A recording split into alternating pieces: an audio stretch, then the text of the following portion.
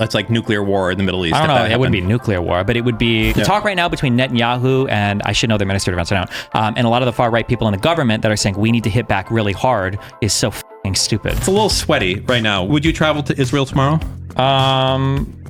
Tomorrow, no. I don't think so either. Yeah, they just need to stop. Is there a single clip of Dr. K saying you should try this instead of Western medicine? Well, he said we have a clip like of Dr. K kind of addressing what you guys are talking about. Mm-hmm.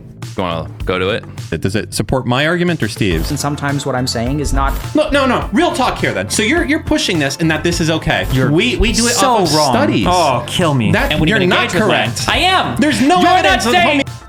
When is the? No clue. No. I think next month or 2 months. I'm not sure. Yeah. What are if you don't want to talk about it, that's fine also. What's the over-under on this being renewed as is? No idea. If you had to guess. No idea. I don't know anything about their financials on the back end. They've just signed a bunch more people, right? So who knows? So there's like 50-50 that this might be re-signed. And Kick will continue to be the exclusive streaming sponsor of Destiny.gg, and we'll have a giant middle finger when we go to the homepage, yes? Maybe. Oh boy, that's exciting. Okay, wow. Exciting stuff has happened. I say exciting stuff, and it's like I'm gonna go to the first kind of issue here. Iran attacked my people, Stephen. Can you believe that they did that? They sent, but also there was a lot of fear mongering, which I felt was not needed on day one. You know what was interesting is there was a very marked difference in reactions of Americans hearing the news of like Iran launching 1 million drones versus people in Israel. And I remember reading like, hey, fellow Israeli bros, are you guys sleeping? And they're all like, yeah, I'm sleeping. I got work tomorrow. Like they all felt without question that this was essentially just, Iran saying, hey, we have to do something because you did something. And then everyone in America was like, no, they're sending 100 drones. And as soon as they get close, that's when the ICBMs are going to come in and all of the Iron Dome's missiles are going to be depleted. And that's when they're going to wipe Tel Aviv off the map. And the hysteria was unbelievable from the American side. It's interesting to me. Like you think that would be opposite. Like the Israelis would be kind of going into a panic mode, but you have people say things for the public, and then people say things for those that know, and the public has one reaction, and then the people in the know kind of understand, I think, differently what's going on. There's just, I mean, I could be totally wrong, and I keep saying this, so if I'm totally wrong on all this, then me, I guess. But I think Iran announcing everything ahead of time is really good, right? Like you want them to be. Yeah. The other thing I saw that made me feel like, okay, this is definitely nothing is at the end. It's so funny. They're tweeting, this is how global politics are done now. There was a tweet like, we have now concluded our strike. This concludes this matter. Please stay out of our future business. And it's like, dude, what are you doing? Well, everybody's setting the clear boundaries on the conflict. So Iran said, we are going to respond. And then, but one time, and then they did it, and then right after, like the last missile was like flying away, he's like, okay, shoot the tweet out. And then the U.S. is saying like, well, we are huge supporters of Israel, and we'll support them no matter what, as long as it's defensively. And then Israel's like, well, we really want to attack, but the U.S. is saying no, so who knows? Hypothetically speaking, just let's postulate a little bit here. How do you think the situation would have unfolded? Let's say that the doomsayers, if you will. That's actually a word. Let's say the doomsayers were correct in that as the drones came in and they launched a lot more of them, that a lot of ICBMs did come in at the same time. And let's say they wiped Haifa off the map, one of the major cities of Israel. What do you think would be happening right now? Would that be... It's hard to consider because like if that many armaments were being moved and positioned and ready to strike, I think the United States, it wouldn't have come to that. There would have been big intervention beforehand, I think. Would we know necessarily? I think so. When you're launching ICBMs, aren't those typically going to be either ground-based, like they can just fire as is today? I'm sure there are like arming mechanisms or there are something that would alert you. Also, I don't think they fired ICBMs. It was just ballistic missiles technically. Nothing went into space. It's just stuff that gets lobbed over. But like we saw them move stuff to Iraq because they fired from the Iraqi population front. I think helped them launch stuff. They launched stuff from Iran. They launched it into Israel. But I think it feels like everybody, like there was an alarm like a day before. Like everybody was on high alert. People were closing down their airspace. So maybe I don't agree with that. How fast do you think Iran's reaction speed could be? Let's say right now Iran gets a tweet from Israel saying, hey, we're nuking you. we're nuking Tehran.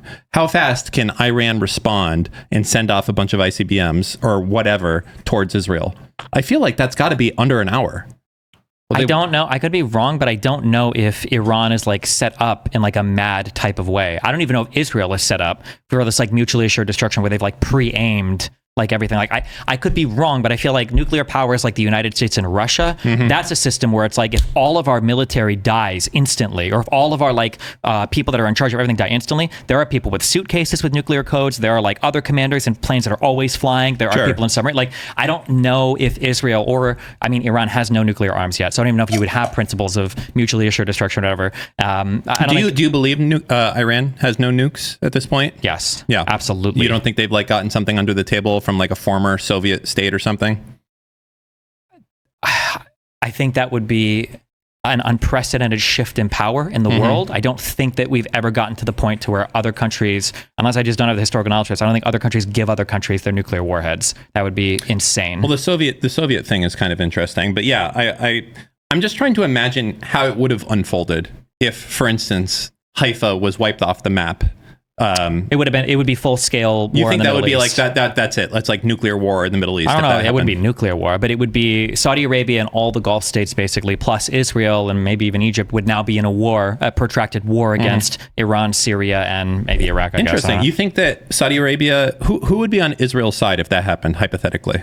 Jordan, Saudi Arabia, probably. I thought that Jordan, despite seemingly being on good terms with Israel, also had quite a bit of what is it? Their queen of Jordan is a little bit anti-Semitic. Is that right? They're basically all Palestinians, and they're all. So why would they be on Israel's side in that event? Just out of the leadership and the leadership structure is always going to prefer Israel over Iran. It's an economically successful country with strong ties to the West, and you've just got so much more to benefit and gain. There's like a brighter future behind a Jewish tomorrow than there is behind the infinitely warring Arab countries. I think the angling of those countries are in that direction. Yeah. You saw it during the strikes, for instance, like Jordan helped intercept. No, I'm sorry, Jordan physically, kinetically intercepted. It was so interesting. I feel like that's like a powerful message, but it's also unexpected to me that would be the case. It seems unexpected, but there's a diversion, or there's diverting thought between like the Arab people and the Arab leadership. And I feel like universally Arab leadership just prefers Israel. They're all moving towards the McDonald's on every quarter. Basically, yeah. Yeah. And even during because even historically during conflict, like the Jordanian king before Yom Kippur was like flying into Tel Aviv secretly to talk to Golda Meir. It's like, hey, listen, we won't attack you. Like, don't attack us. Like, it'll be cool. We'll just like have our army on the outside and we won't do anything. Like that was literally happening. Man, I feel like that's progress. That's the progress right there. There's always going to be kind of holdouts, but the fact that you have, it's really capitalism more than anything else, I think, that's winning in this matter. Capitalism and like the Western globalist ideology, basically, yeah. It's just better. It's better, right? Like if you look at Iran, it's like not good. But if you they look at the quality of life that people have in Israel compared to the quality of life people have in Syria or something, and it's like a no-brainer. Of course, but Syria's also like collapsed into fucking civil war and everything too. Yeah, for sure. Okay, well that's good. We're all very happy that. Think about the bad conflicts that happened in Israel's history. For the 6-Day War, how did that start off? You remember? The only one I kind of know a little bit. It feels bad, but no, that's fine. Don't worry. I'm sorry. I shouldn't. The Yom Kippur War. I know that one. The 6-Day War that started off on June 5th with a surprise attack by Israel. Israel didn't say we're going to get you. They flew planes and bombed them. Yeah. Yom Kippur was a surprise war that just happened, and we're like, oh shit, So the idea that somebody's saying for 2 weeks, we're going to get you, we're coming after you, like that's a good sign. You want people to be playing by those rules, which is why the talk right now, I'm hoping, I could be wrong, I hope I'm not wrong, the talk right now between Netanyahu and, I should know their Minister of Defense right now, and a lot of the far right people in the government that are saying we need to hit back really hard is so fucking stupid.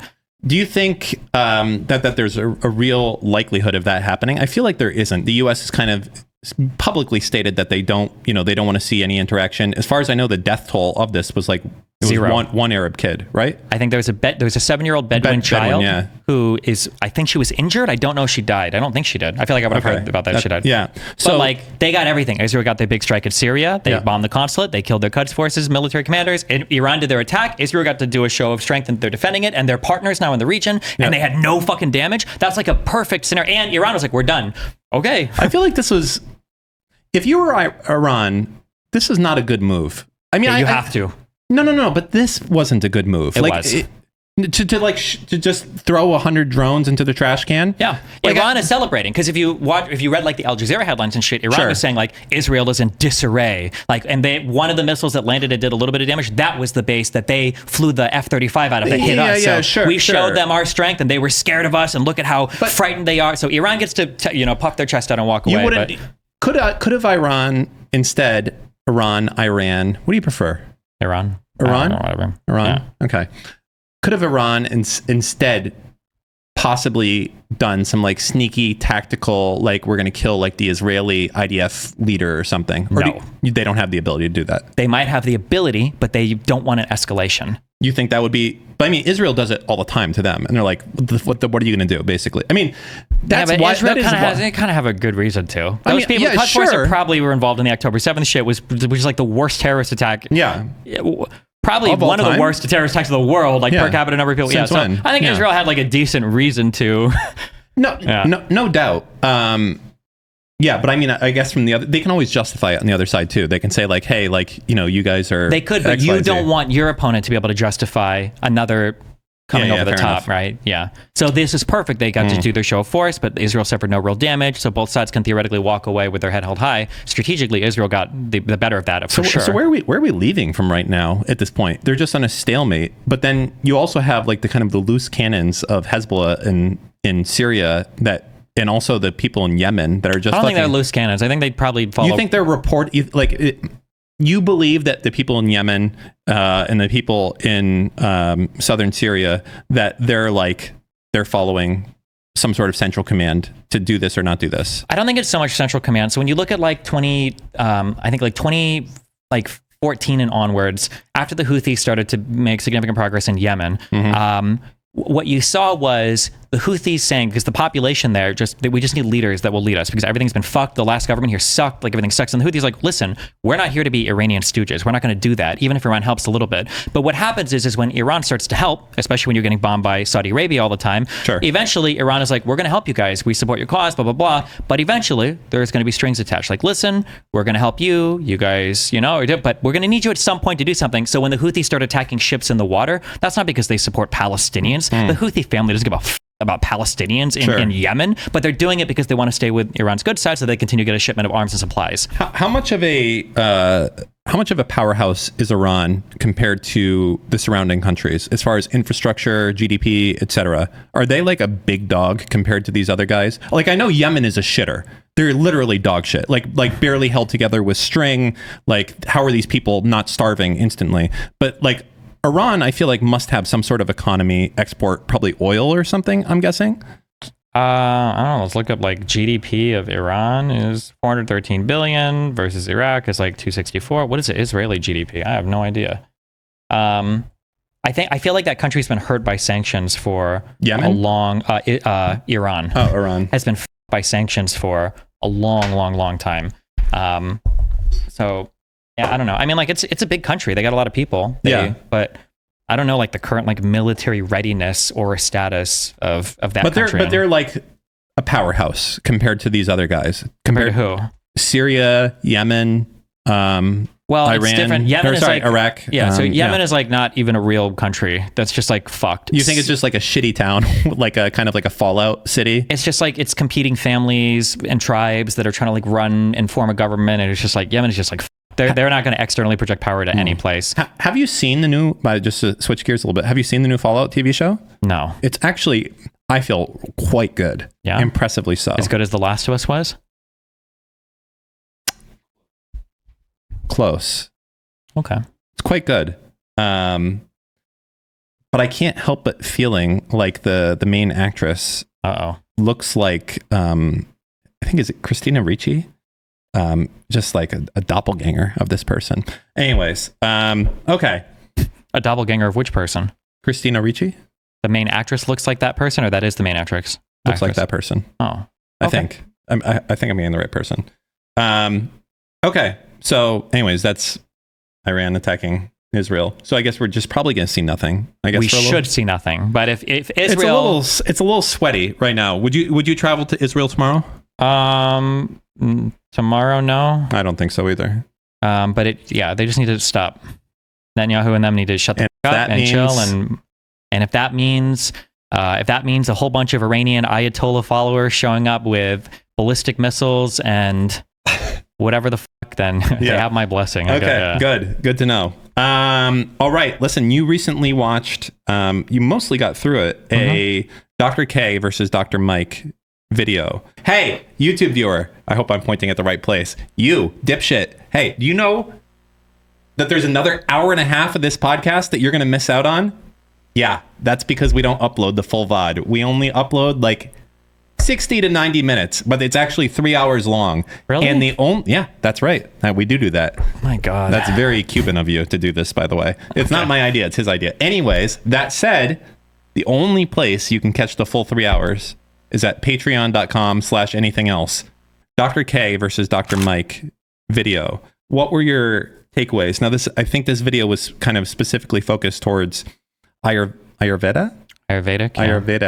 Ayurveda, which is kind of basically, I guess you would say Eastern medicine, which is meditation and, there's a whole bunch of doshas and all that. All that, the life force is flowing through you, the midichlorians, if you will, from Star Wars. What was your kind of your instinct and your takeaway as far as how far did you get through it, first of all? I think an hour and 50 minutes. Okay. So what was your takeaway with the criticisms that Dr. Mike had to that? I feel like, unfortunately, I don't think Dr. Mike was like very prepared philosophically for that conversation, which is where the majority of it was. It was just kind of like him asking he kind of does what I do, or I used to do in debates if I was like unprepared. You just kind of like ask questions and try to YOLO through it. You kind of try to like poke a few holes when you're asking questions, but like clearly the other person has thought through a lot of this before. Yeah. So if you're unequipped to have the conversation, you're not going to really be able to push meaningfully in any area. And I feel like Dr. Mike was kind of stuck in that. I thought Dr. Mike did actually a somewhat decent job. I think a lot of the problems, there's been a lot of pushback to Dr. K, unfortunately, from less than credible people, which has kind of complicated the movement, as far as people that want to see change on that. I'm kind of on the camp that I think I don't see a meaningful distinction between most of the Ayurvedic treatments and homeopathy, and I think that's a problem. I think the argument that Dr. K was using was that the methodology that gives us Ayurveda also gave us a lot of other treatments that have since been subsumed into traditional medicine, and that without that sort of process of figuring out treatments on the Ayurvedic side, you might be missing the discovery of new therapeutic techniques that Western medicine would never discover. I mean, that's a lot of ifs, right? We don't really, I wouldn't say we work on that. I feel like... which part is an if there? Saying like we got lucky with meditation, basically. And ashwagandha is actually kind of a useful herb, so to speak. Like, okay, sure. I feel like the scientific process of doing things is more important, and most of what we're seeing here is either placebo or open placebo, and I think that's a problem. Yeah, but it's hard to measure. It's hard to say placebo when we're talking about like psychogenic like illnesses. Like if you have depression and a placebo cures your depression is cured, right? I mean, like that's true. I would say that from when I looked into this, placebos are essentially only effective towards two things. Number one thing that can be effective towards is pain. And then the second thing is, as you mentioned, is kind of other mental illnesses that you can have.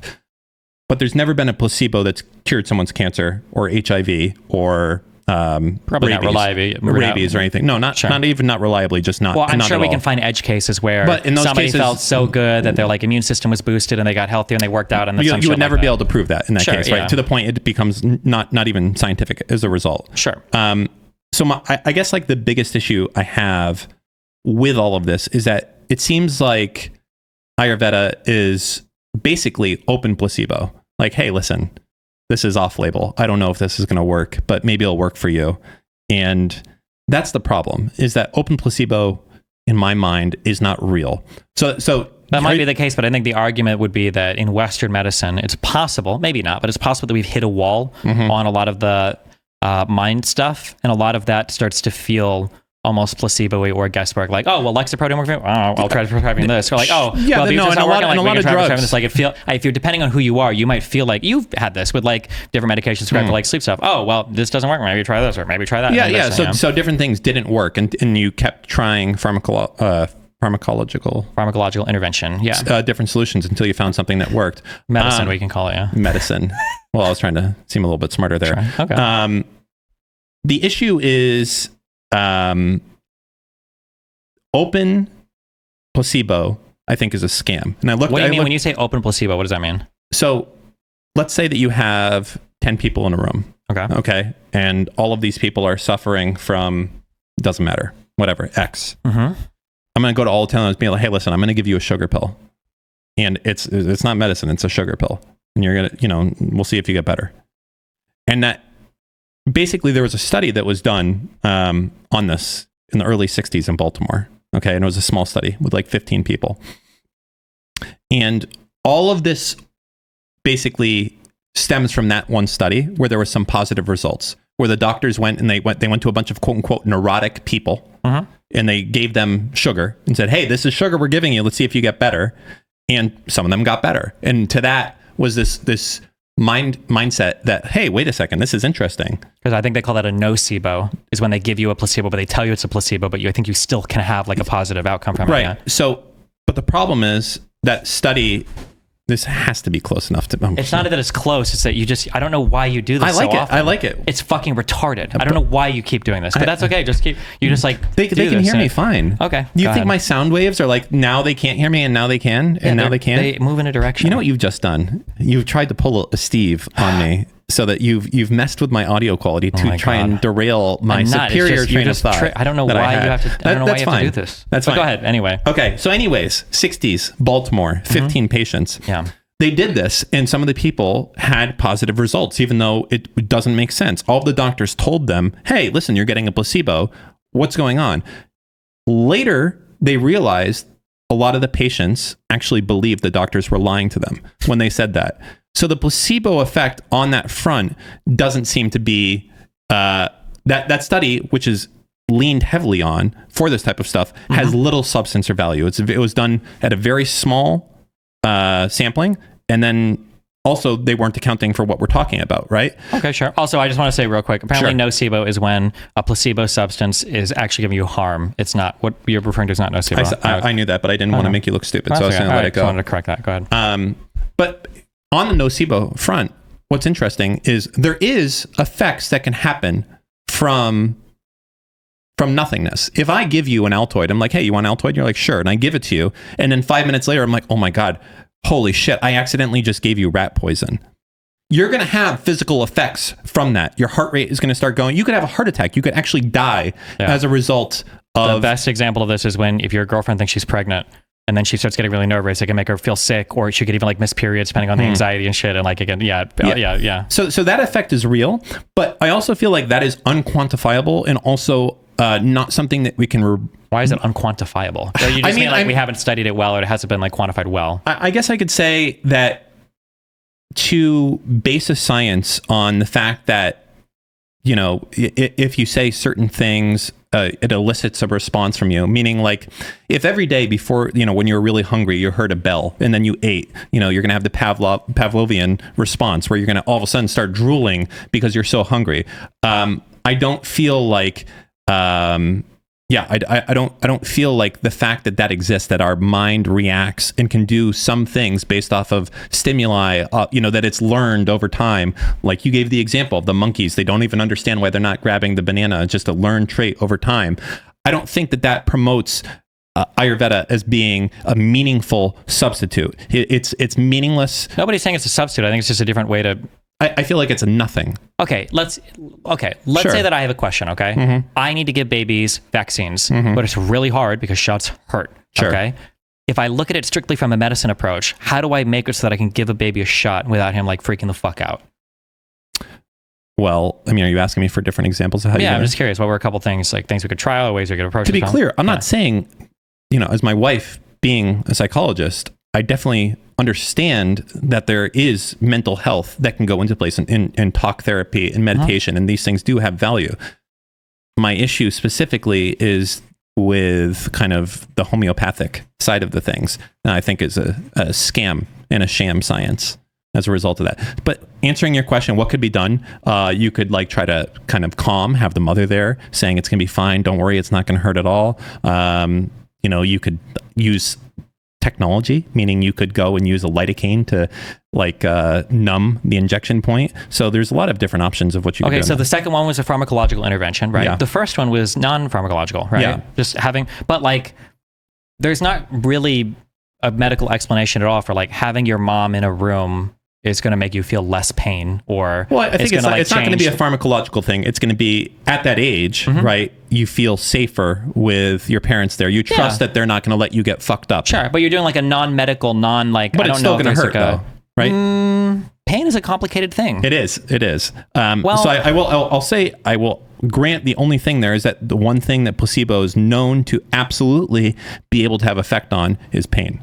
Okay, that's probably the main thing, because pain is a very much a subjective. And depression is in debate. For like a baby, like the perception of pain when you get a doctor that's like making funny noises and doing whatever to the baby and then giving a shot, the perception is way different than it might actual, be like more so distraction versus anything else in that What's case. The difference? Distraction, like the baby. Pain is a perceived thing. If you don't perceive the pain, there's no pain there. Whether it's because you're distracted or something else, right? Well, pain is a bad example because it's the one thing that placebos are kind of known to be able to affect. Okay. Right. But if we use anything else, depression, schizophrenia, any type of manic episode, any type of compulsive disorder, the science is out completely there. And I think relying on, your earth chakra is out of alignment, I think is damaging, because there's nothing supporting it. And also, anyone that goes and seeks that line of therapy is someone that is now not seeking something that is more proven by DSM. I can kind of agree with you. The only problem is it feels like for the mind stuff, it feels like we're having a lot of trouble making headway there, like on the medical side. It feels like we're having a lot of trouble making advancements there. I don't agree. Like, aren't we essentially prescribing like the same like SSRIs we have for like 40, 50 years? Sure. Like, pharmacologically, there can be some argument to be made to say that there hasn't been enough stuff. And there's definitely been arguments that have been made about like how the studies are going. Like, this is only 10% more effective than placebo, but it gets full FDA approval as a result of that. And I think that is not good. There are drugs that cure things. It's not like, hey, it cures 10%. Like, for instance, there is the rabies vaccine. And if you take the rabies vaccine, that will prevent you from getting rabies if you get bit afterwards, basically 100% of the time. Yeah. Non-psychological thing, but yeah. Yeah, exactly. Not a psychological thing. But there are also drugs that if you are having a manic episode and you are schizophrenic, that can statistically, off of a large group of people and even individually, have a greater likelihood of helping you treat that mania. Kind of. They manage some of the symptoms, yeah. I guess that's all we could say is managing the symptoms. That would be, a disease is only a collection of symptoms. Kind of, yeah. But like a rabies vaccine isn't just helping you manage the symptoms. It is for a little bit, but then rabies the virus is like a virus, right? Sure. But I'm saying like any kind of thing that's eliminating the pathogens in your body isn't necessarily just, a lot of it is just symptom management until your body clears something. Sure. But, yeah. So yeah, that's my main issue is I feel like my main concern with Dr. K is I feel like anyone who falls down that rabbit hole of doing something Ayurvedic or doing one of those things and hoping that this is going to be the cure is someone that doesn't seek traditional Western science, peer-reviewed. Okay, here, this is boring. We agree that you shouldn't be going to alternative medicine before trying traditional medicine. Well, I guess so the question here is with Dr. K pushing that type of stuff, is that harmful? Yes. I've had so many people claim this. Like and roll the clip. Dan should have given them to you. Is there a single clip? I have some quotes that I wrote down. Is there a single clip of Dr. K saying you should try this instead of Western medicine? Well, he said Ayurveda can be used to predict complications of COVID. Okay. Kind of takes away my point a little bit when I misspell. Wait, okay, let me... Yeah. Oh, God, he's not going to have any. He said clinical evidence is mixed on homeopathy. So hold on. So you made the strong claim of... Yes, go ahead. It seems like Dr. K is prescribing or recommending Ayurvedic treatments. I think he's pushing it by doing it. What does pushing mean? I mean, instead of pushing known, effective... When you say pushing, are you saying that he's just saying that... Like, practicing. So he's saying do this instead of Western medicine. Okay, that's not fair because if you're hungry and I give you a ham sandwich instead of a tuna sandwich, you can't say, he's saying eat the ham instead of the tuna. I've only given you one option under that case. I've said do this. So does Dr. King never talk about traditional medicine ever? He might, but in my mind, any conversation at all that has to do with homeopathy or similar pseudo fake science is damaging. Or are there false statements that he's made? I think anything having to do with it is going to be a false statement. So that statement that you just read was false. There's no such thing as any research that shows that you could predict outcomes with COVID because of doshas or whatever. Okay, so let me see. So he did say Ayurveda can be used to predict complications of COVID. That is something that he did say. Yep. Is that not true? Okay. Someone having a sore leg can be used to predict complications of COVID. Okay. It is meaningless without studies behind it. Well, is there a study behind that? There can be a study behind the fact that if you wear jeans 3 days out of the week, that could predict complications of COVID. Is there? Correlation does not equal causation. And then that is the foundation of Ayurveda, is just basically saying, a lot of these things look lined up. If enough people piss and the ants drink it, you got diabetes. Yeah, but that's how medical trials work as well, right? No, medical trials work off of A/B testing, doing large-scale tests and individual tests, and seeing if there's measured results. Yeah. I agree. And you correlate like a medicine, a therapy with a predicted outcome, right? But your ants drinking your piss versus not does not necessarily mean you have diabetes. That could be something completely different if you watch that. It could. And I'm sure there might be other things that cause elevated A1C. Like the fact that we call type 1 and type 2 diabetes like the same thing. That's really fucking weird to me. I don't know why those are the same disease at all. But you could theoretically... So for instance, I could say peeing into an anthill or whatever... I don't know. That might even be more predictive power than saying somebody's just a diabetic. I'm not sure. I don't know. Listen, I'm sure we can think of examples, but I'm just saying that the problem I have at the foundation of it is that every person who goes down this path, I think, is I don't want to say is lost, but it's damaging. And I do have one study. Okay, just real quick. Hold on. You have to substantiate that. If we're going to be big practitioners... I'm going to say this. So I'm going to send you... I'll send you a link right now. Okay. Actually, I'll send it to Lycan as well. So Lycan can pull this up here. Control V. Okay. And then to Destiny. Control V. Okay. So this study that I'm sending to you right now, I can pull this up. Okay. The relevant part of this, in this study... The patients who received alternative medicine were more likely to refuse additional cancer treatment. So this had to do with people who had cancer that were being suggested alternative methods as well.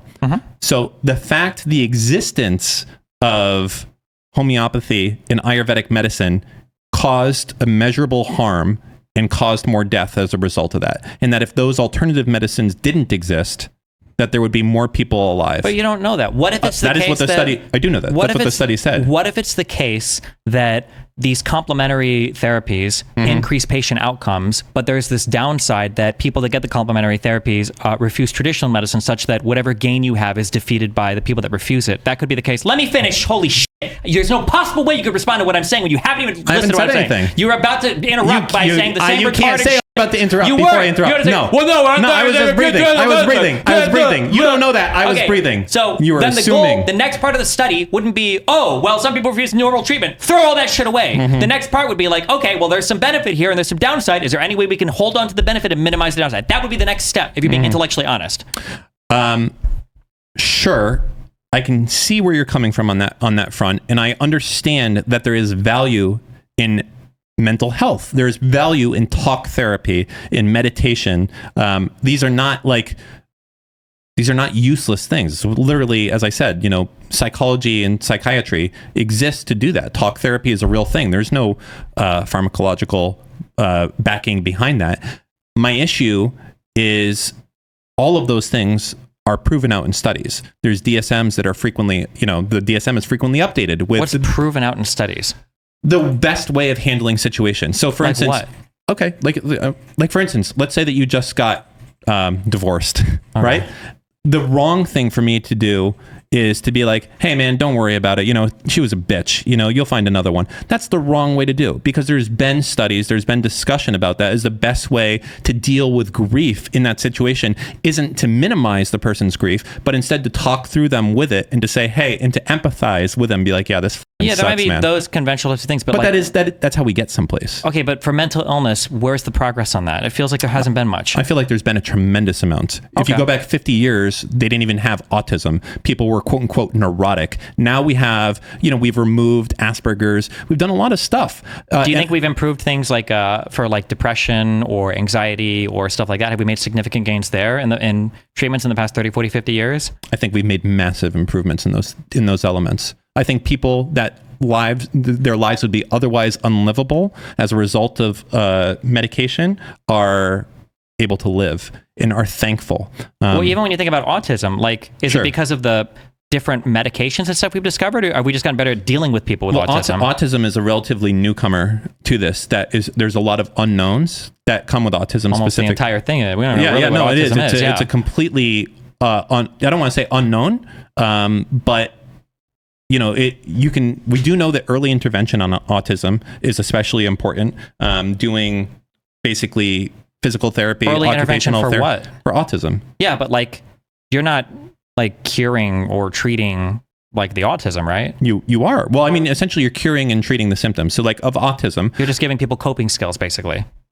Well, it's hard. Again, we have to remember that any mental disease is a collection of symptoms and time. That's it. Well, but also we would hope, or our approach from the West is there's an underlying like mechanism that's to be explaining the particular thing as well, right? Like for depression, we hope that it's some serotonin imbalance, or for anxiety or whatever else, we hope it's some imbalance of neurochemicals that can be treated in some way, right? That's the goal. Sure, but like the thought, the approach, yeah. Like taking schizophrenia, like people would say that's a different. Yeah. Well, no. But I'm just saying, like the difference between drug-induced psychosis, brief psychotic disorder, schizophreniform, and schizophrenia. Like, with the exception of the drug-induced psychosis, the difference between those three things is only time. All those things, all the symptoms are the same. The only difference is how long have you had the symptoms. Okay. So it's three different diseases, and basically as it progresses, the diagnosis change. So, anyways, all these things said, my only issue is I feel that as we go and we do these studies and we get more information of the best way to handle issues, I do agree that individualized care is important and good, and you should know the person you're talking to, and you should try to create a treatment plan for that person. I don't think that should be based on, this person is big boned and their chakra. Yeah, but I don't think Dr. K's ever said that.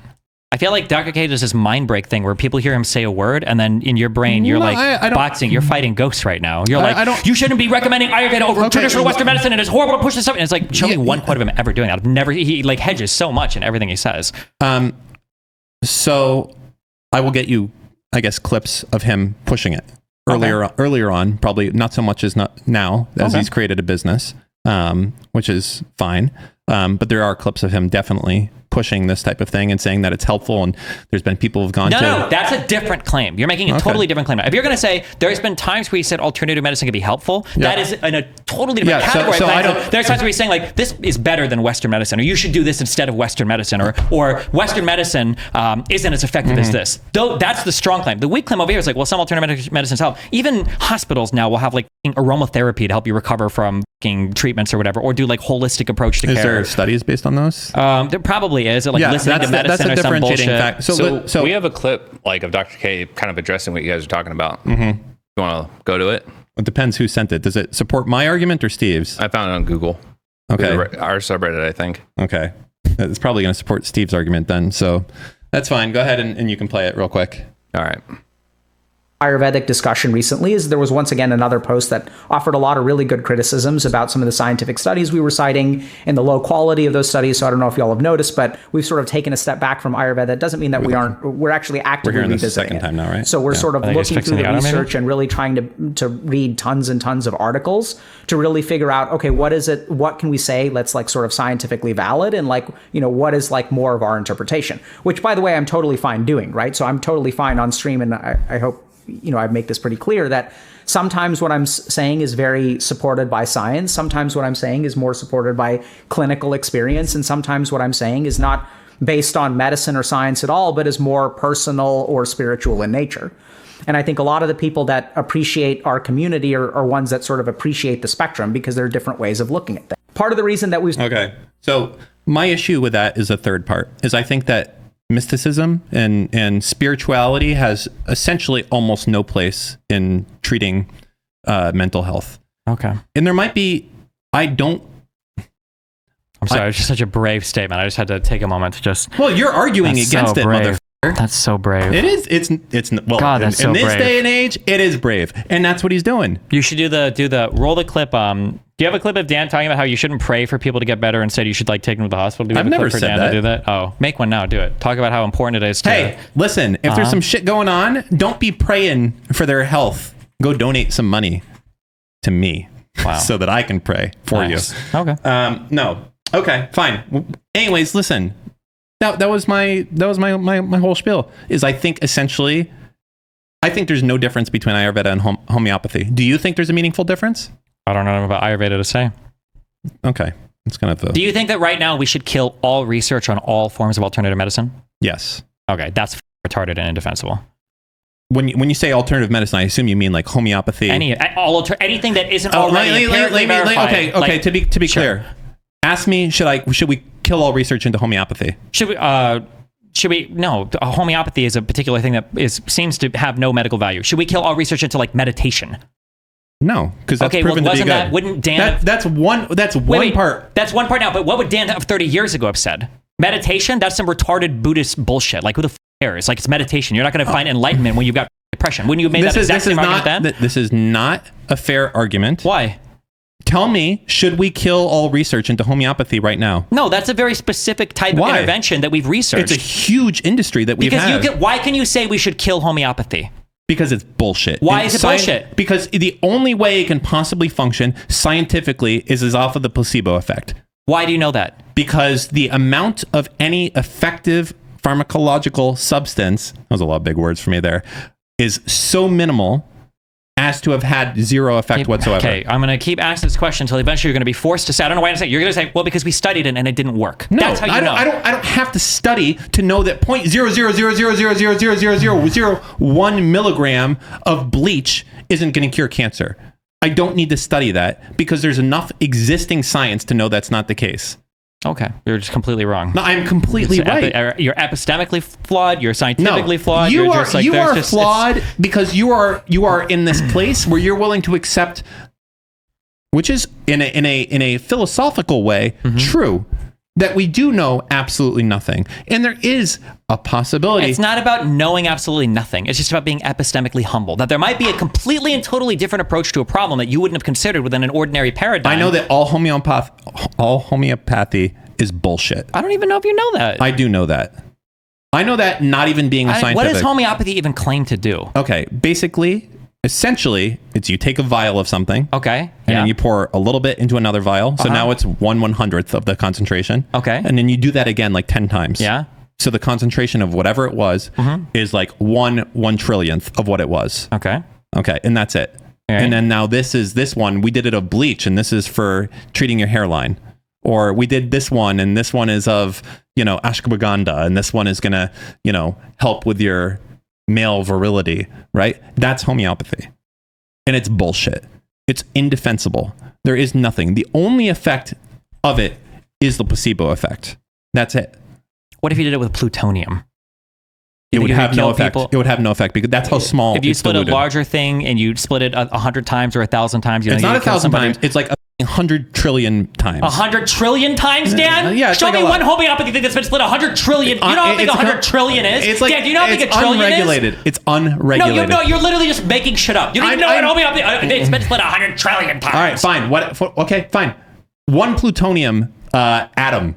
Yeah. In homeopathy, they measure atoms. How old is homeopathy? Maybe we should have been taking cues from them scientifically. They had an atomic model. You are so wild now. BC or whatever. This is good. I love this. No, I have got you to defend you have a child homeopathy. Understanding. No, you are defending homeopathy right now. How can you do it? Homeopathy. You are. I'm defending having some humility in an approach to studying things. I don't need to have humility. I know it's bullshit. You're an ordinary citizen that thinks we know way more about physics, about biology, about medicine than we actually do. If you ask a doctor, even a question of like, how do we actually build like good cardiovascular health? Like, why does cortisol and stress not make your heart healthier, but exercising does? That's an incredibly complicated question that there's not even a clear answer to. Okay. So we don't even know something as basic as like building muscle or building like good cardiovascular. We don't even have a solid answer of that. But you're like, oh, but I know homeopathy is wrong and SSRIs are definitely good. How the can you possibly know that? I know that homeopathy is bad as much as I know that me slamming my hand on the table isn't going to cure cancer. The strongest... Because I trust the experts. Okay. And it's universally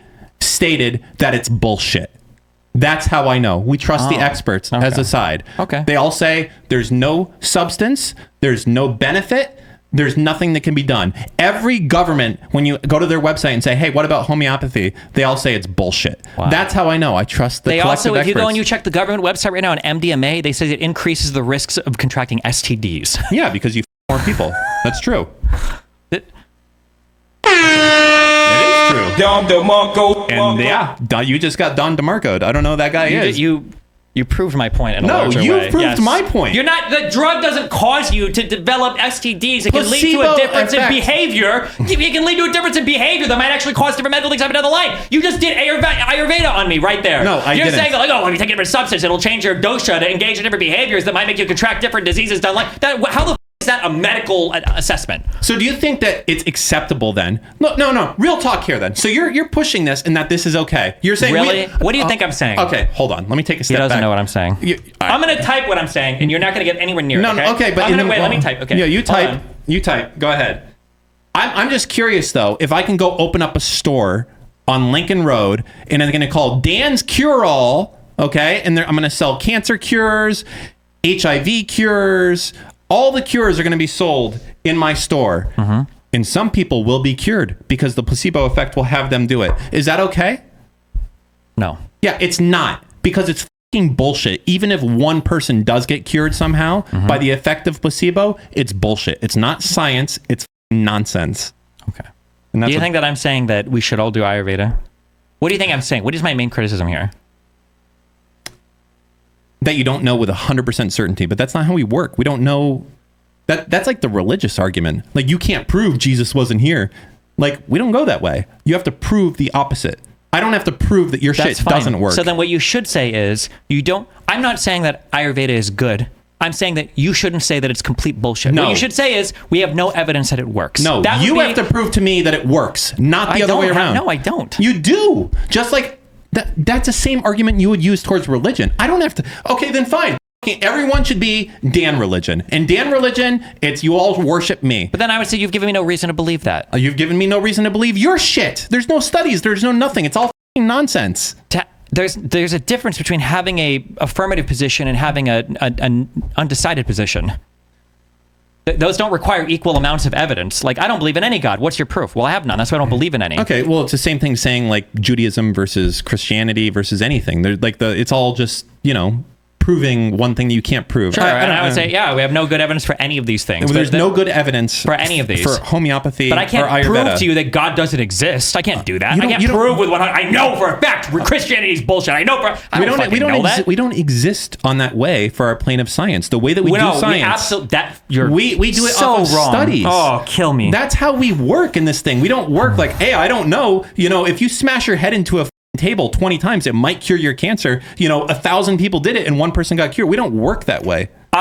You should find me studies later, because I don't think you've ever read a medical study in your life. You should find me one where it says at the end, this treatment never works. This treatment does not work. I've never seen that spoken in any medical literature. Usually they'll say there's no good evidence to support this, or this correlation doesn't exist, or this doesn't change this ratio, or this doesn't affect this thing. There's no evidence to believe this, or this is unsupported for treatment at this time, or there's too many contraindications. That's what it'll say. It won't say, we know this doesn't work. This is never going to work. This can't work. That's not how science, that's not even normal science works. So you're not even correct in an ordinary scientific environment, let alone like a more like philosophically open-minded like scientific environment. You're not even correct in traditional sciences. I mean, what you're saying is so wild, because I'm coming at this on the idea of like, hey, listen, if you take an aspirin 9 times out of 10, that's going to cure your headache. And you're coming at this at the side like you can't prove that smashing your head into the window won't cure a headache. And as such, you shouldn't dismiss it. And that's retarded. I would say that's true. I had migraines as a child. You know what helped alleviate my migraines? Was smashing my head against the wall. Okay. So, I'm serious. All right. Great. I would lean down, I would sit across the front row, and I'd do this like 20 times. And you know what? It actually, I don't know why. I don't know if it was a dull pain versus the sharp. It actually made my migraines go away. It was the only way I could make them go away when I was a kid. They sucked. I'm not even joking. Somebody in chat, please explain why this works. But it absolutely did. And you know what? If Dan would have been my dad, he would have said, no, there's no evidence that hitting your head against the wall is going to make your migraine go away. I would have suffered the whole time. No, I would have given you a aspirin is what I would have done. Okay? Does aspirin help migraines? Poor Steve smashing his head against the window over and over again. And his dad's like, yeah, you do it. That alternative medicine. All right. Anyways, that was the Dr. K thing. I feel comfortable. I mean, we're both going to have our simps in our corner there, but I feel pretty confident in my total and complete annihilation of everything that is homeopathy and Ayurveda. And well, I'm glad. I look forward to seeing Dr. K in jail as a result of this conversation. Jesus Christ. I'm joking. All right. Good. Listen, we did a thing a few days ago where we decided that we were going to both take a YOLO bet on $1,000. We did on an option. Yeah. Okay, like a Wall Street bets type option that was going to expire in less than 1 month, meaning we could both very easily lose our $1,000. Okay. Now, do you want to go first or should I go first? Dan, I failed you.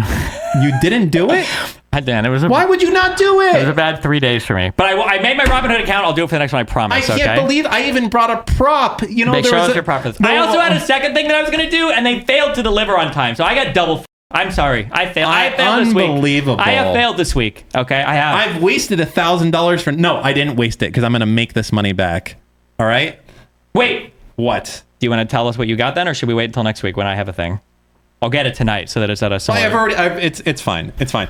I don't mind. It's fine. I did my option. Okay. So the option that I did, let me pull it up here. I want to make sure that everyone can follow me into losing money. So today I noticed that Intel, my favorite company, was unusually low in price. It was down quite a bit. And I was looking at options, and the one that I did is I did a call for $37 expiring on May 17th. And I bought 8 calls for, it's around $1,000, give or take what I did. So that was my YOLO play that I did. Is I'm basically betting that in the next month that Intel is going to go past $37. I think it's been artificially pushed down too much. You can sell those where they hit the strike price, right? Exactly. And then that's an option for both of us, by the way, as we go into this. We can do that. We can't. You don't have. Yeah, we're not going to wait until expiration. Yeah. At any point. The idea is which of us comes out with more money as a result of this play. Anyways, what I have here, I brought a prop, okay, is very cool. Lycan has it. It's on, maybe it's not on screen yet. I'll show you, okay? So... It's on screen. These are very cool things. So check this out. Okay. This is from 1960. Okay. Mm-hmm. This is what a processor was in 1960. These things in your hand right here. This is how far we've come. And a computer would take like... This is what Dan's brain looks like right now. Okay. You're being like super insulting. Give me the i9. That's my brain right now. This is part... There would be like thousands of these, and this would make up... This is what a computer was. And to think of where we've come from then to now is just wild. Anyways, awesome. I have a collection of these because I was going to basically make like an acrylic. So what do these things do? Tell me. That's part of the processing. Yeah, what does it do? What are these things? I think one of them is going to be a control board for the RAM, and the other, and they used like ferrite memory or something. I forget. Where's the RAM? Where does it store? None of that I don't think is RAM. Oh. Those are control. It's like logic circuits. Can you explain what a logic circuit is? Like, what does that mean? You're really pushing me here. I just wanted to make a coffee table out of acrylic. Okay. I'm not too sure. Well, like, what are logic gates? What does that mean? I don't know. It's like if this, then that, basically. Okay. So like AI. Basically, yeah. Okay. Those are artificial intelligence right there. Anyways, yeah. So that's that. So I got a bunch of these, and my thought when I got them originally is that I was going to basically pour like a coffee table, clear acrylic, and it was going to be pretty cool, but I haven't gotten around to it yet because I've been pretty busy with all of my other projects. All my other projects that I have. There's so many of them going on. Okay. Woodworking and electrical, mechanical. Really, I can do everything. You know, that's kind of... Hunting, basically? Well, in the backyard? Yes. You know, I mean, I hunt... Would you hunt for sport at that point? You're not eating the iguanas. You're just killing them, right? Yeah, but you're not really hunting for sport. You're defending your property. That's not true. Sport. It's defense. Yeah. Yeah, that's true. I think it's the one proven thing of placebo is that it's a one thing. Depression is still like debated. Is hypnosis placebo? Well, I'm talking about placebo in general, but I would say the effect of what the mind can do is pain is the only proven by study effective thing. Depression is not. Like, that's like the judgment is still out on if a placebo can actually effectively cure depression on that. So the only thing is pain. All right. Does Dan have an objection to alternative medicines being practiced alongside more traditional medicine, even if they have to pay for both services equally, but it brings the patient comfort? Yes, because the studies that I've seen show that you have a worse mortality as a result of doing that. By studies, he means the one study that he had comparing cancer treatments with people that were taking cancer treatments. I just want to be careful. I don't see something because you said studies implying you had more than one, and you applied all medical treatments. Would you like me to find you another one? Well, no, you can if you want, but to say studies, you typically need more than one. I was looking at more earlier. I just don't have them. You should have brought those. That would have been interesting instead of just the one about the cancer treatments. I didn't know I was going to have backups for my backups. Oh, you thought you could just use one study to disprove? Yeah, because this one is from like field of alternative medicine. It's from the Brit Bonger UK Health Service. So that's like, I was like, hey, if they've done it, do we really give a shit? Right. But actually, now that you mention it, I do have an extra one here. Oh, okay. So there was a 2023 paper in Scientific Reports that concluded the overall quality of evidence was rated low to very low on the effect of open label placebos, meaning essentially... Wait, that's really crazy. That is really crazy. What did they say there? They said that the overall quality of evidence was rated very low, meaning all the people that are like saying that Ayurveda. Wait. Yeah. Oh, and then in the next line, do they say this means it doesn't work, or it's a waste of time, or it's bullshit? Do they? Because that's really weird. Because the way that they frame that, wouldn't you say they're being cucks? Like, what do you mean the quality of evidence is low? Didn't they mean to say it doesn't work and it's 100% bullshit? Isn't that what they should have said? You know what I like about this? Yeah. I force you. You do a fantastic job. I force you into arguing for positions that I know you wouldn't take, and you do a fantastic job of arguing. I'm not even arguing. You don't even know the position I'm arguing. You think I'm in favor of alternative medicine? I'm the most institutional. No, I'm saying you're doing a great job representing the other side. I'm just arguing in favor of some epistemic humility. If I was arguing for the other side, I'd be arguing why it works. I would have brought studies showing things that it helps with. I don't know if it helps with anything. I'm just arguing for a little bit of not knowing humility. Something. To be clear, is not an excuse for pushing or suggesting something. Yeah, but you didn't have any good evidence of Dr. K doing that. Pushing anything. Dr. K is known. Is known? Is known to use Ayurveda. I forgot we were going by the is known thing. Oh, fuck. Listen, I don't have the fucking. I don't have the Dr. Known? Girl How can manifesto or Mr. Girl manifesto. I don't have in front of me. I'm sure there are numerous. I'll bet you $1,000 that there's numerous things of him suggesting that this is beneficial for people to try. You did the weak thing again. I'm sure there are things where he suggests, but do you disagree? That's probably true. I think all of them are bad. I think every single one of them is bad. But do you think there's one where he says to use it instead of Western medicine? By nature of suggesting to do this instead of something else is So he said to do it instead of something else. Or you think by nature of suggesting it, you're suggesting replacing it? If you're hungry and I say eat a ham sandwich, you're not eating a tuna sandwich, are you? No. Yeah, you're not. So the very action of pushing a specific line of treatment, and I've given you a study now. If I suggest you to eat a ham sandwich, and there's a table full of ham sandwiches and tuna sandwiches, you might eat a ham sandwich instead of a tuna sandwich. Doesn't mean you're never going to eat a tuna sandwich for the rest of your life, though, does it? Yeah, it's a good thing we have a study saying that if you have the tuna sandwich, you're more likely to die. See how, remember what I said earlier about you'll never in your life? You can tell who's in good faith. Notice how I bit the bullet on Dan's example because I know that I'm correct, but Dan wouldn't even engage with that. I am. There's no evidence of homeopathy. That if you suggest somebody to eat a ham sandwich over a tuna sandwich, that they'll eat the ham sandwich. You're saying they'll never eat the tuna sandwich again and they'll only eat ham sandwiches for the rest of their life. That's what you're saying.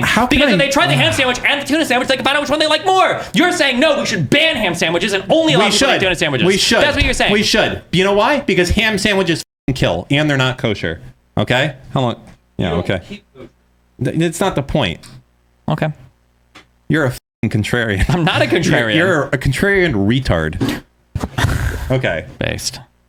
I'm trying to stay on task a little bit longer here than normal because I was yelled at for that, but also because we have a guest coming in soon. Maybe not.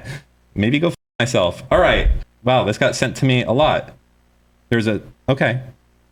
Because you guys don't. No. I saw it. Do you have the tweet? Do you want to pull it up from Sam Seder? You know why I say Seder? Passover's coming up. We're gonna have a Seder. You wanna come to Is mine? that Satyr? No, mine is a Seder. His is Sam Seder. No, but what is Seder? How do you spell it? I don't know. Okay. What does that mean? It sounds like some demonic shit. No, it's just where we slice open babies and drink their blood. Okay. Anyways, okay, Sam Seder. I have been informed that Destiny is very... Sam, by the way, a little bit of charity. It wasn't always like this with the guzzling buckets of cum and all that type of stuff. We were friends once. We did an interview. I said you looked good for your age. I couldn't believe how old you are. A little bit of charity, man. Anyways, I've been informed that Destiny is very angry about this tweet. I've interrogated this person who tweeted it. I don't tweet there. Claims he was mocking Kane's expression because I thought it was funny. I've reassigned this person and am considering further disciplinary action. Oh, wait a second. Sam, I take back everything I just said. He was... You know what, Sam? Good on you. You know what? Hold on. Wait, am I wrong? Wait, hold on. I thought he was... Oh, God. I thought Sam was firing someone because they talk shit about Destiny. Is that not what's happening? Why did you do that? You didn't like him. He doesn't even know what the original tweet is. I don't know what the original tweet is. I mistweeted. So this is the original tweet. They just say, ha, good one, Destiny. Uh-huh. And then Esteban goes, oh, hey, more commentary without critiquing anything of substance, just to signal to your audience how ideological aligned you are. Based. Yeah. And then that was the... Okay, I've been informed that Destiny is very angry about this tweet. I've interrogated the person who tweeted it. I don't tweet there. He claims he was mocking Kane's expression because I thought it was funny. I have reassigned. So is he being facetious? Well, there's a follow-up too, if you want to just cover that one too. Sam, you got me.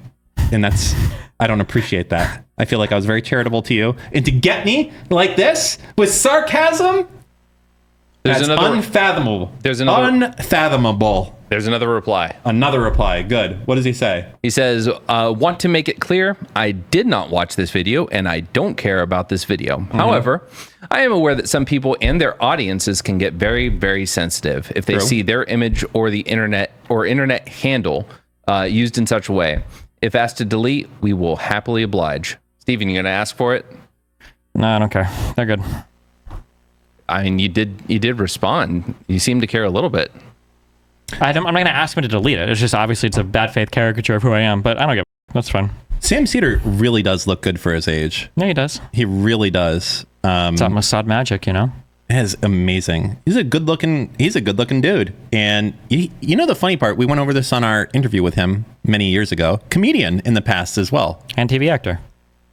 He was on some major... Wasn't he on like Sex and the City and a couple other sitcoms? Really? I didn't know that up? Pull a clip. Jay. Of Sam Seder on Sex and the City. Interesting. Yep. We got a little scene right here. Okay. Look at him. There he is. Who would have thought? So on today's episode of Sam Could Have Been Somebody... Do I look that different? Well, let's just say it's a good thing you still wear that hat. Oh, please. If you ever see me in a Lakers hat. I know. Shoot you. You know what was interesting to me is how influential this show was with... No, I mean... Like, when I start talking, that's your cue to pause this shit, because everyone yells at me for talking over the clips. Sorry, Dan. Sorry. I didn't mean to get that angry there. That's my fault. I've been driven to rage by my debate partner here. I give you alcohol to chill you out. This show was pretty influential among women. It was one of the... Was this an HBO show or a Showtime? Sex and the City. HBO. I want to say it was HBO's most popular show for a long time, I think. Yeah,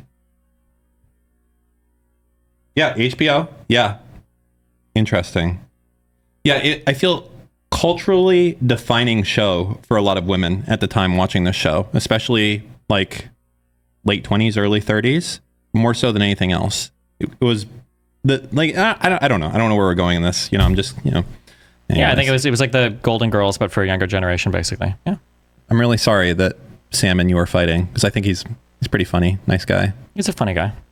Just why did this all happen? What was the first strike what was the first arrow in the quiver? Is that right? No. I think it's just the people that he works with are just But what did he do? What was the first thing he did? I just don't like it when he characterizes conversation we had in such a retarded way. It's unbelievable. Well, yeah, I'm asking, what was the... I don't remember. But I just remember, it might have been the Rittenhouse thing, but the way that he characterized my side of the argument was so unfathomably bad. Uncharitably. Yeah, it was horribly stupid. Yeah. Especially given... The thing that upset me the most was how bad faith he, recalled it, basically. Sure. And how gentle I was in the conversation with him. It made me want to... I should have just laid into him for how horrible his argumentation was on all of it, but... Yeah, I mean, I think that stuff sucks a little bit. Like, I don't know. Why so... Do you think just no charitability given to you either out of ideological, or do you think it was more so he knew his audience was against you, so he just had to take a chance? Probably ideological. Really? So he just completely was not willing to see that there, it must have been on the Rittenhouse thing that this all fell apart. That was the big one, yeah. Yeah. So he was just not willing to even remotely bend on this at all. Which is fine. I don't care if he bent it or not. He wasn't willing to, but I just didn't like the summary of the conversation after. It was so stupid. That may have been the start, the summary of the conversation. Probably. I mean, I made strong comments towards them. Yeah. Buckets of cum. Yeah, I remember the buckets of cum thing. I mean, that probably put the nail in the coffin, I guess, a little bit. I don't know. There's probably still a way. I like to think that there's always a path forward. Not with the people that your mom ever tell you are who you hang around? When you hang out with bad kids at school, you ever say stuff like that? Yeah, of course. He surrounds himself with the worst of the worst. Who are the worst people? Emma Vigeland is probably one of the dumbest people in media. Why? She's done more to set back women's representation in politics than any other horrible person that's existed in real life politics or on the internet in the history of all of political commentary. My God. Go on. She's just profoundly stupid. You think that she's low IQ? Yes, and factually wrong and philosophically wrong, and just everything she says is just unbelievably stupid. Is she actually low IQ? No, or she's not low IQ. She's probably decently smart. Okay, so she's smart. She just completely is ideologically captured crazy. And do you think she knows it? And I can't tell with these people. I have no idea. That's the real defining factor. With some of these people, you feel like they know that they're wrong, but their bag depends on it, so they could keep going that direction. And I feel like I can identify, not that I'm going to right now, some people that are like that, meaning, hey, I'm on the path. I work for Russia now, basically. That would be, and that's okay. And everything I tweet moving forward will be pro-Russia and everything else. There's people on that path, and they probably know that. The question is, do you think she believes what she's saying, or do you think that she is jumping through a lot of hoops to get to every conclusion? I think they believe it. I think they genuinely believe it. So if that's the case, if she genuinely believes it, can you really take issue with that? Yeah, of course. Why? Because that's the people that would be most interested to talk with, the people that actually have strong convictions. No, really? Those are some of the worst people to talk with. Interesting. The most interesting people to talk with are people that have strong convictions that match the amount of research and work they've done to arrive at a position. Those are the most interesting people to talk to. They've done none of that work because factually they're incorrect on almost everything. Philosophically, they're inconsistent on everything. And so that's the worst type of people. There was that thing came up where Norman Finkelstein is probably transphobic because he's an old dude, but who the cares, I guess. But in their show, Emma went on some huge rant where she's screaming and she's like, I don't care what the science is on trans people. We need to accept them no matter what. Even if they're better at sports, we need to fucking accept trans people. I'm done with the scientific arguments. But then when Norm gets brought up, they're like, oh, this guy probably doesn't like trans people. She's like, well, he's old, LOL. And it's just what? The double standards on literally everything they talk about. Her treatment of that white woman in the bike incident. The Karen bike incident? The bike thing was unfathomably what happened stupid. in that situation? My understanding by the end of it was that the black people there were probably trying to scam the city bike shit by holding a bike so that if all the normal ones are taken out, you can get an electric one cheap. She came by, she was off work, she wanted to take a bike and leave, but they were saying, well, no, that's still our bike, but it wasn't actually, and all the receipts seemed to point to that. And everybody blamed this white woman because I think she started either calling for help.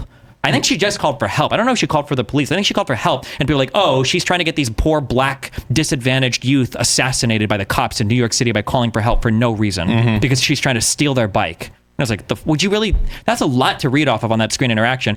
But the people that were involved in the other end of that bike thing, I think they raised didn't they raise over $100,000 on GoFundMe or whatever for their fucking cause? That's impressive. Oh, it was her saying for Cleopatra. Cleopatra was black, right?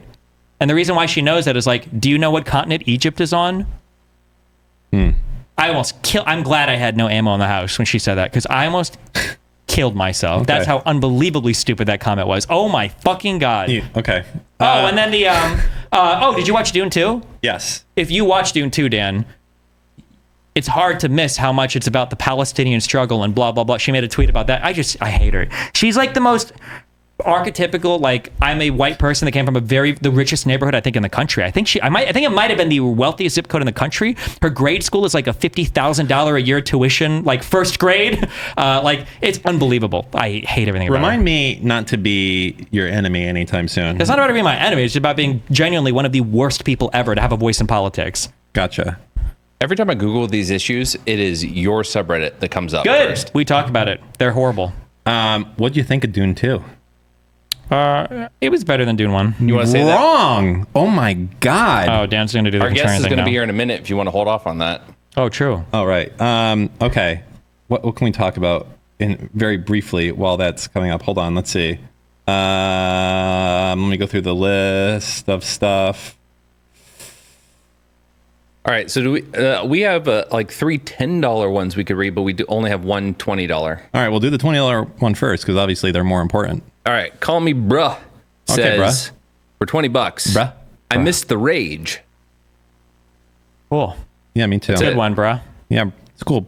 True, bruh. Dipshit. All right. This one technically doesn't count because it's Canadian dollars, but it's how many super chats before we get text to speech? Bring back text Oh man, to we speech. could actually do text to speech with a speaker right here as we're going. Could we? Yeah, we you could. gotta bump the number up higher for the TTS. You know? Yeah, but we should do that. I'll do it. I was looking into Streamlabs. I'll get it reset up. It's on my list of things to do. Because that's the issue.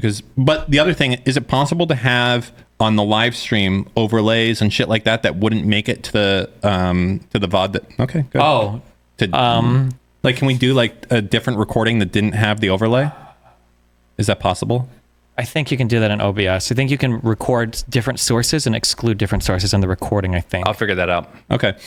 All right. Well, yeah, hit us with the other $10 super. We have two more supas, as you say. Mm-hmm. Why is Dan wearing the same hat as Knuckles from Sonic the Hedgehog? Damn. I don't think I am. So you're incorrect, but that's fine. Easy mistake to make. $10 mistake. Yeah, $10 mistake. Negative $10, bro. All right, $10 from that was from Greg, the Greg Gunslinger. So you might know a thing or two about hats. I don't think so. If you're a real gunslinger, you wouldn't announce it. That's like Iran saying they're gonna send drones. They're full shit. Anyways, go ahead. We gotta go shooting soon. My alien gun is here. Yeah. We need to go shoot. Yeah. Yeah. Okay. How's it feel in your paw? Feels good. Yeah. I tried to put it in the holster and put it on my belt. A little much, huh? It's a lot. It's a little much. I was in the elevator. There were like 4 people around me, and my jacket's like this. Yeah, Don't worry about it, guys. Listen, I told you this is not a carry gun, bro. You got to get like a. Well, it could be. Yeah, we're coming back to homeopathy. We're coming back to homeopathy. I think if it was winter time, it's possible. Yes. Do a viewer call-in is what August says. Okay, let's do a viewer call-in. All right, give me a second. Hey, did you know that I recorded? And Steve, we recorded a lot of content outside of the live shit. Really? What did we record for today, Dan? Well, we can't tell them. Oh. Because it's only for Patreon members. Okay. But we recorded some Poggers stuff that only Patreon members get. Yeah. And later tonight, we're going out and we're doing a threesome with Your Movie Sucks. And if you want to see that, that's also a Patreon benefit. Jesus. We'll see who's the daddy in that situation. So so there's that. What else? There's going to be some new flares that you get in DGG chat. No more middle finger. There is a new thing courtesy of Cyber Vegan. Call-ins are Patreon. Okay, go, Colin. Call-ins are patrons only. No peasants allowed. All right. What's up, homie? Not much, Dan. What's up with you? Oh, just hanging in there, waiting for my viewer call-ins. And All right, you know what? Fine. We'll do it fucking live. If it sucks, fuck you. He was trying to screen him. Oh. No, sorry, that was towards you. All right, we're gonna bring you live. Give me a second. Mm-hmm. All right, cool. Go ahead and give me a talk. Say something. Hi. Hello. All right, cool. You're on the air. Go ahead with your question. Oh man. All right. So I just wanted to kind of like a fun kind of either or. I like to ask this question a lot to just people to get a good idea of like what they want in life maybe. All right. So anyways, all right. So there's 2 pills. All right. First pill. The first pill will prevent you from being hungry for the rest of your life, and eating will not cause you to gain or lose weight. Mm-hmm. The second pill will prevent you from being tired for the rest of your life, and sleeping will never make you feel rested. Which pill do you take? The tired one instantaneously. Wait. That's the easiest thing in the world. Dan's going to agree with me, by the way, at the end of this. I just don't understand the second option. 50%, it's like a 50-50 thing. It's not a 50-50 thing. Okay. I bet if you poll the audience, you're going to get like... I don't care. They're retarded. I need to know You take a pill where you don't have to eat ever again, or you take a pill where you don't have to sleep ever again. Is that what it is? Yes. Well, you didn't say it like that. That is what he said. Like, you don't get the, you don't get the, like... You don't need to sleep. Hungry, You're not going to... No negative effects from not sleeping. Correct. Right, but you also will never feel like fully well rested either. What do you mean never feel fully well rested? That's what I'm talking about. No, hold on. Okay, so no. So when you wake up in the morning and you feel well rested, it feels great, right? No, it doesn't. Nobody feels great, right? When they wake up, you feel great after you've been out of bed for a little bit. I think this is what I'm talking about. The unknowns here. Because well, now it's retarded. Yeah, now it's retarded. Drawback, and I'm tired and sleepy all the time. Then I do the food. Yeah, one. of course. The food is way better. No. But now it's not even an interesting question.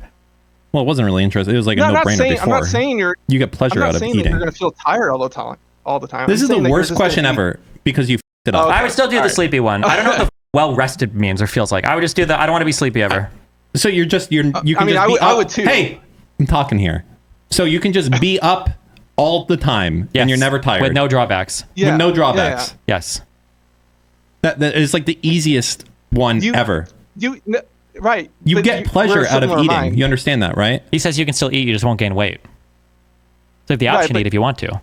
Yeah, I understand. But like never sleeping, you get like double your lifetime. Yeah, you would increase your lifespan like literally by 33%. Why the f do you not take that one? And the other one, like what? Like I don't have to eat anymore? Oh, wow, great. Who gives a shit? I completely agree with you. Yeah, because that's the only accurate answer. Choose the food one. The what? A lot of people choose the food one. No one chooses the only maybe argument I can see for the food one, maybe. What? Is if the food one literally comes with a godlike endowment of like perfect like micro macro balance in your body at all points in time, and you're like perfectly every single vitamin maxed out. Maybe if that has a hugely positive carryover for the rest of your life. Imagine how. Oh wait, hold on. Yeah, that's kind of what I'm saying. Shut the f You don't have to worry. Hey, pipe down for a goddamn second. I mean, it's like a question. Imagine how horrible it would be. Yeah. So you know how bad it is to eat late at night. Well, now you're awake 24/7. You're going to be eating so much more. What if you never had to sleep? Think you'd get fatter? But you were a fat loser the whole time. But you would burn more energy though, being awake all the time, right? Enough to justify all the shit you eat at night? Yeah. Well, you would eat. I assume. A good amount more. I don't know. That's a good question to ask. I think the absolutely flawless, perfect health one might.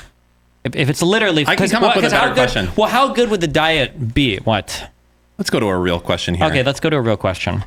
Okay. 10 random Africans die, but you have $1 billion in your bank account tomorrow. Would you do it? And no one would know. Yes. 1,000 random Africans. Yeah. How many? What about 1 million? I would find how many lives I could save with half the money that I get, and I would just do 1 minus that number. So if I feel like with $500 million, I could save 50,000 African lives, and I'd have 40,000 die. Hold on. I would do it to offset it. It's like carbon offsetting. But would you use the money to do that though? Yeah, I would. I would have to. I feel like you would say that what's happened is you would kill 1 million Africans, and then you would take the $1 billion and just not spend it on 1 million. That's a lot of people dying. I'm asking, where's the limit here for you? It was just what I said. Hi. Hello. How's it going? Pretty good. All right, we're switching into a different segment now. Oh boy, much more monetizable segment than. I made it. Yeah. So you guys have met before, yes? Not in person. Not in person. Never. Dumbass. How's the thing? Smaller, tiny legs, all that type of stuff for him. I'm sitting down. This guy's here. Hey, sorry. Hey. All right. Listen, we answered your fucking question. Yeah, we're going with the sleep one, dude. Yeah. Is that okay? Yeah. Is that all right with you? Can you guys poll the audience? I guarantee you it's gonna be like a 50-50. They already polled the audience. They did, and right now it's like 81% want the sleep thing. All right, listen, we're gonna do one more call in with our friend here. Why? We got one more guest I want to do real quick. Why? Because they paid, okay? Because we need to pay for the goddamn rent on this shithole. Because there's 2 shows, and one of them is not happening as often as it should be. So I gotta pull a lot of weight, okay? That's why. I need the dollars. Did you think that Dune 2 was better than Dune 1? I thought it was better than Dune. Ooh. He's on this side of the table for a reason. Man. Oh, you thought it was worse? He's just being a contrarian. Well, we'll do the call-ins in a little bit. Universally the worst opinions on movies. Dune 1 was so much better. Dune 2 there was just so much, I don't want to say filler. It felt like there was filler. I love Dune. Okay? He hates Dune. You didn't feel that way about the first one? No. Speak into the there was never a part of Dune 1 that I wasn't fully erect for. Let me play it that way. But Dune 2, there was plenty of parts where I was like, okay, what's Actually, going on? wait a second. Mm-hmm. Let's introduce for a second. Yeah. Because your mic isn't set up yet. So hold on. This is no, I mean like it's not like plugged in correctly, right? Yeah. So don't worry. Yeah. We have we're joined by he's good now. Mark. No. Anthony, I think. Steven, your movie's no Jacob. good. Anthony Fantano, the internet's busiest movie nerd. Mm-hmm. We have Adam from Your Movie Sucks. Hey, speaking of which, did you know that there's like almost another hour of this podcast that you're not going to see on this YouTube video? If you want to get the full thing, you have to be a Patreon subscriber, which you can do at patreon.com/anything else. You also have very cool things that you get in there, like being able to be on the live show viewer call-ins, suggesting the topics, and like behind the scenes footage. There's some really good stuff there. So yeah, check it out. All right, some more Patreon exclusive footage. And here is my neighbor's cat, ready to get into a fight to the death with Lycan's dog. He's a big pussy, though. He's just smelling. Be chill. Be chill. Hey. Was that the cat that made that noise? Well, it's not the dog making that noise.